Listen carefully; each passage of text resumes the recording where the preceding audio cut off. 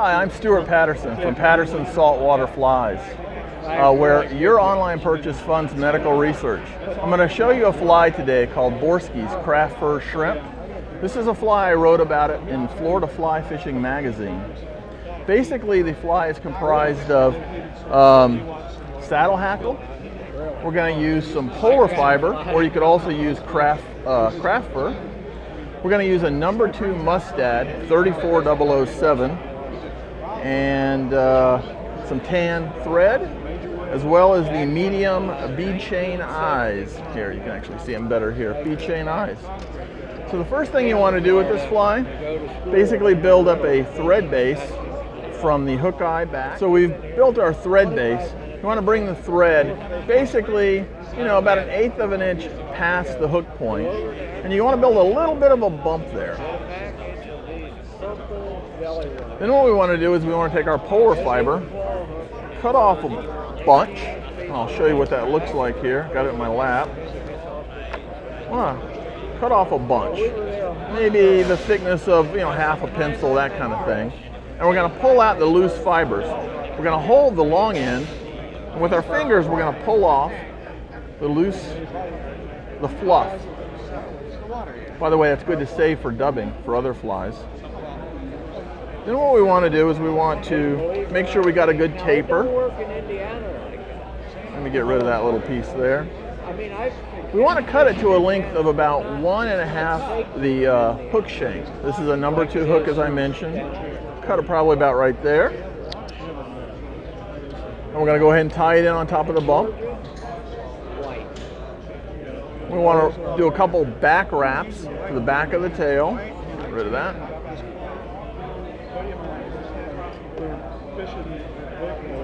Then what we want to do is, this is kind of an interesting part. We want to get a black Sharpie marker, and we're going to bar the tail on each side.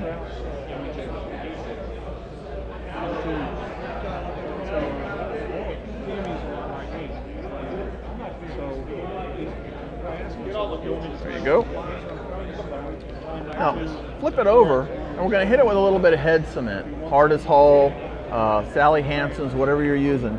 You're going to hit it right there at the back of the tail. And you want to let it dry for a few minutes. That'll help to stiffen up the tail, and you want to keep that tail up. So when you're looking at the fly, a completed fly, it kind of helps that tail stay up. Let's assume a few minutes has passed. We're going to continue. Go ahead and bring the thread forward, and we're going to tie in those bead chain eyes. What that's helping me do is to build up that thread base without having to put it all on it at first. I'm kind of working my way back, my way forward a little bit. About 1/4 of an inch back from the hook eye, we're going to go ahead and tie in a 1/8 inch medium bead chain.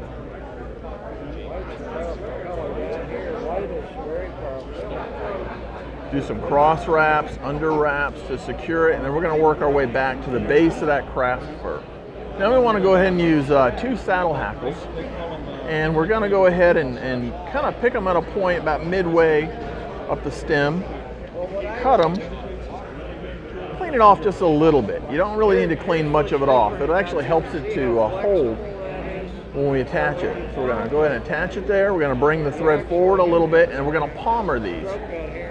What you want to do is just basically roll them over the shaft, hook shank, and I'm kind of pulling those fibers a little bit as I go so they flare out.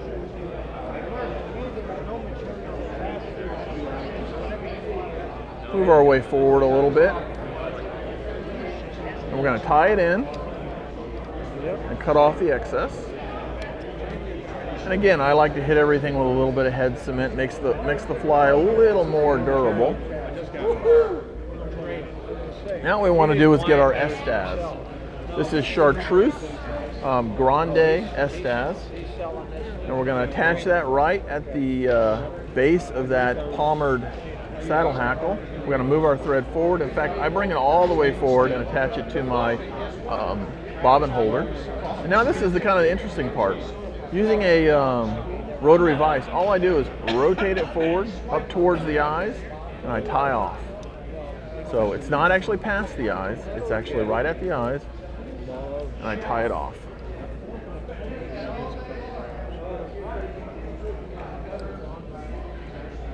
trick is I make sure that I cut it from the top instead of the bottom. That way I don't cut my thread accidentally. It's kind of difficult to see. And then basically bring it forward. At this point you have a choice. You can tie in a weed guard if you want, or if there's not going to be any weeds where you're fishing, you don't need to tie in a weed guard. In this case, we won't tie one in. Basically, you're going to whip finish it.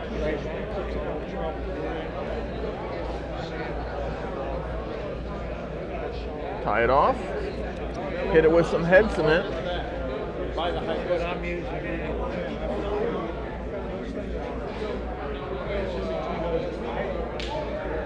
And there you have it. Really simple fly to tie. Borski's craft fur shrimp. Wonderful fly for fishing wintertime trout. Anything that eats a shrimp will eat this fly.